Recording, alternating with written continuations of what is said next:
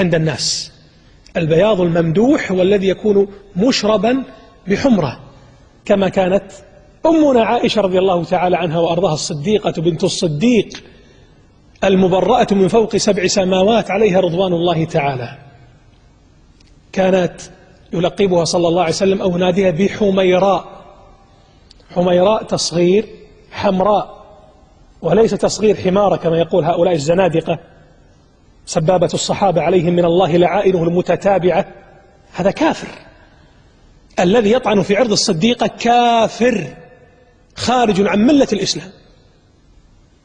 لما إلى علم أحد الفضلاء يقول هذا الخبيث المدعو ياسر الحبيب اللي كان في الكويت عندنا، اللي سجن وطلعوه أو هرب أو سقط اسمه سهوا، قل ما شئت، المهم خرج.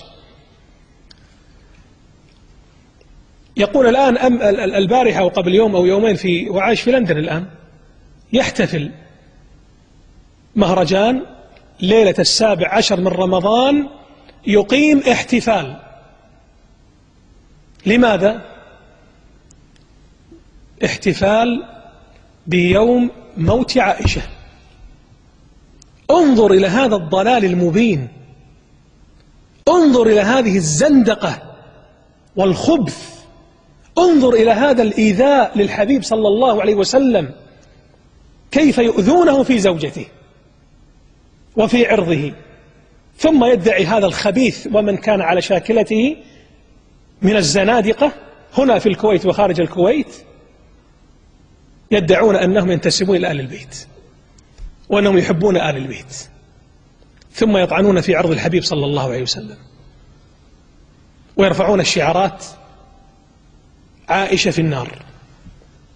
هكذا عائشة في النار، وله كلام يقف شعر الإنسان إذا تكلم به أو إذا سمعه.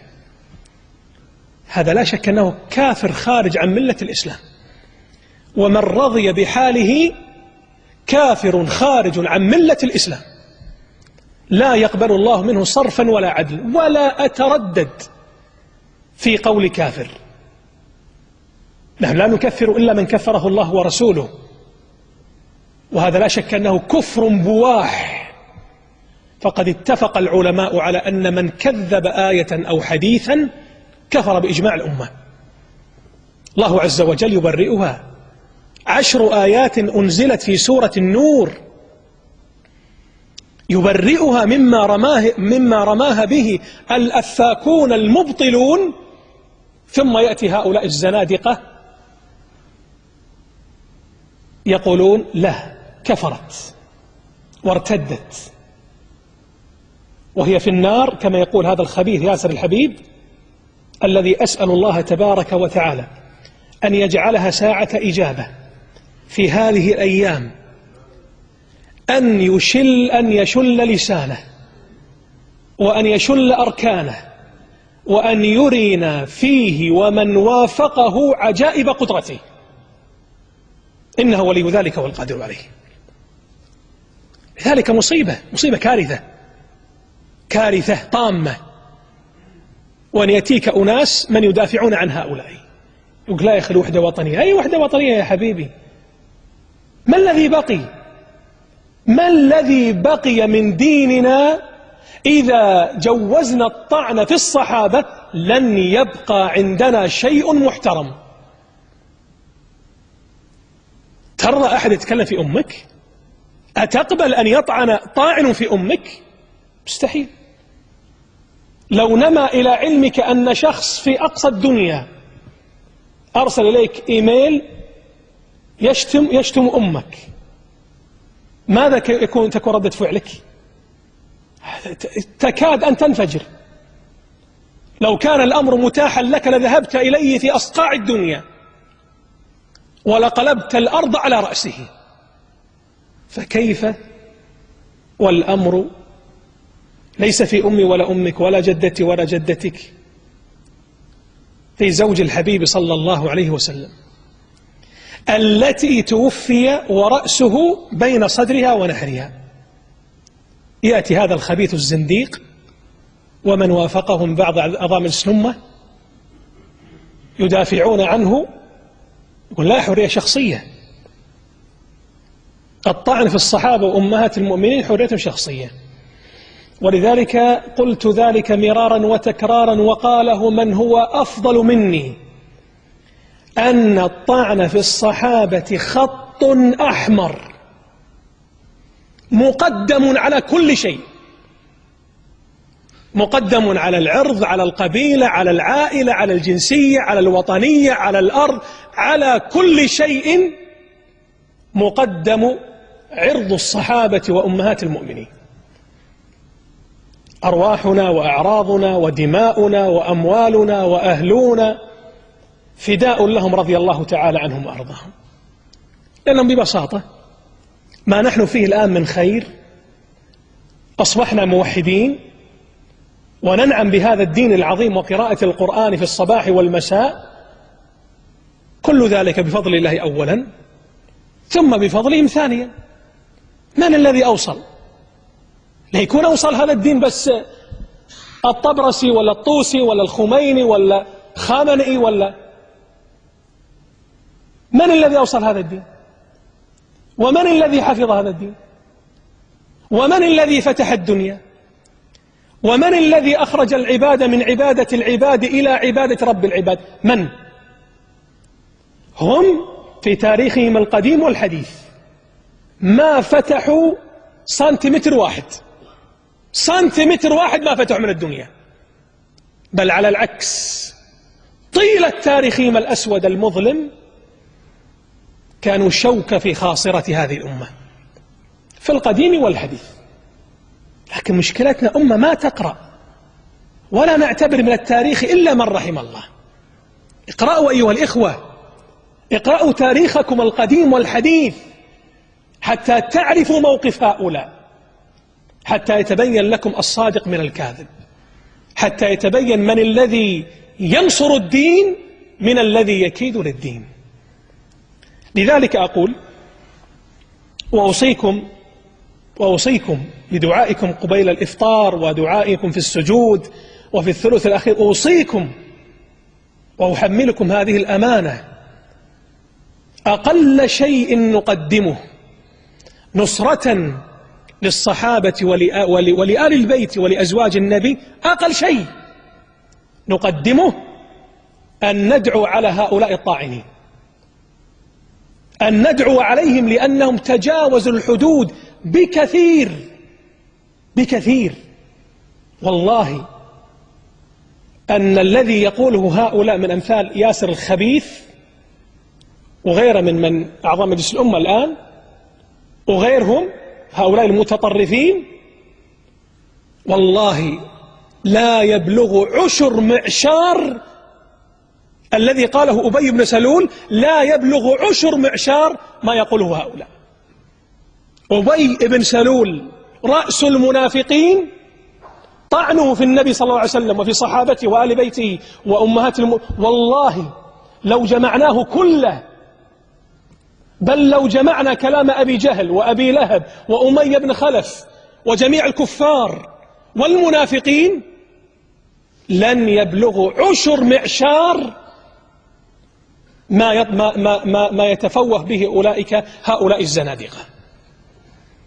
لذلك أوصيك أخي الحبيب وأنت في هذه الأيام بسهام الليل، فإن سهام الليل لا تخطئ ولكنها لها أمد وللأمد انقضاء، أن ترفع يديك بإخلاص ولتعلم أن هذا قد يكون، ولا أتألى على الله، أقول قد يكون وأرجو من الله أن يكون أعظم الأعمال أو من أعظم الأعمال التي تبيض وجهك في ذلك اليوم العظيم، وأن تأتي بصحيفة قد سطر بها نصرتك لأصحاب النبي ولأزواجه.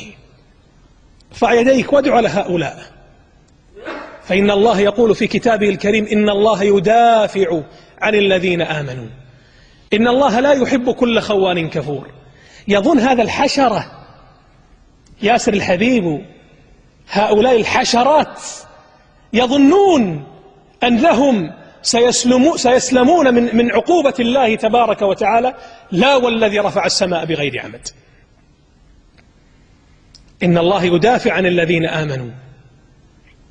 والقصص والشواهد كثيرة، كيف أن الله انتقم ممن تطاول على هؤلاء الأبرار الأخيار الذين توفي النبي صلى الله عليه وعلى آله وسلم وهو عنهم راض، والذين رضي الله عنهم وبشر ثلة منهم مباركة بجنات النعيم، ثم يأتي هؤلاء الزنادقة كأمثال هذا الخبيث يقول أبو بكر في النار، وعمر في النار، وعثمان في النار، وعائشة في النار، وطلحة في النار، والزبير في النار، والخميني في الجنة،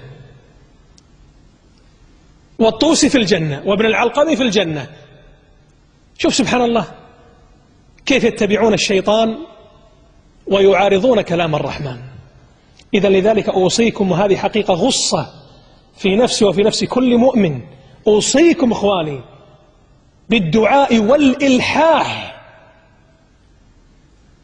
أن يرينا الله تبارك وتعالى عجائب قدرته في هؤلاء الزنادقة. نحن لا نقول عوامهم جهلة، عوامهم جهلة لا يعرفون شيئا أبدا كقطيع الغنم.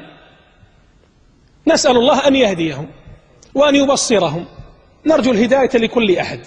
لكن هؤلاء الزنادقة، هؤلاء الأحبار والرهبان المجرمون، هؤلاء لا شك أنهم يعرفون الحق بأعينهم، ولكن طمس الله على بصيرتهم وقلوبهم، حال الله بينهم وبين الحق. فضلوا الخمس والمتعة وهذه الأقذار على جنات النعيم.